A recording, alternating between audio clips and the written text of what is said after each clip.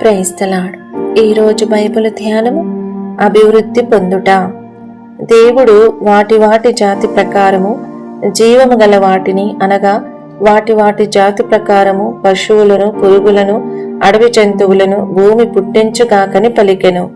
ఆ ప్రకారమాయెను. ఆదికాండము 1వ అధ్యాయము 24వ వచనము.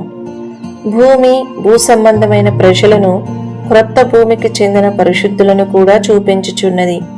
భౌతిక తాత్పర్యం ప్రకారము భూమి అడవి జంతువులను, పశువులను, పురుగుల వంటి జీవరాశులను మాత్రమే పుట్టించగలదని చెప్పవచ్చును. అనగా ఐహిక సంబంధమైన ప్రజలు అనగా ఈలోక సంబంధమైన వస్తువులను పట్టుకొనియుండు స్వభావము గలవారు, ఐహిక సంబంధమైన కోరికలు గల వారిని మాత్రమే సంపాదించగలరని దీనికి ఆత్మీయ తాత్పర్యం ఇవ్వవచ్చును.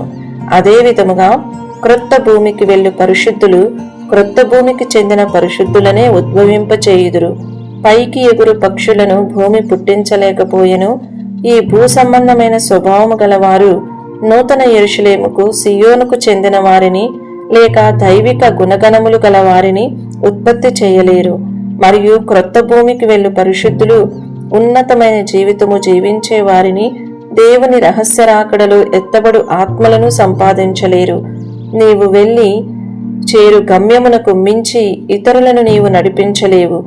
ఆధ్యాత్మికముగా ఉన్నత శ్రేణికి చెందిన పరిశుద్ధులే ఆధ్యాత్మిక రీతిలో ఉన్నత శ్రేణికి చెందిన ఇతర పరిశుద్ధులను ఉత్పత్తి చేయగలరు.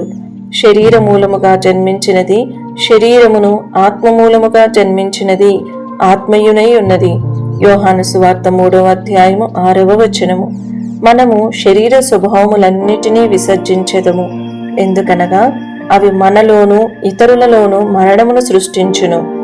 ఆత్మలో నడుచుకొని ఆత్మఫలమును ఫలించి అదే ఆత్మీయ అనుభవములోనికి అనేకులను నడిపించెదము గాక. ఈ వీడియో యొక్క పూర్తి స్క్రిప్ట్ కావాలంటే దయచేసి డిస్క్రిప్షన్లో చూడండి.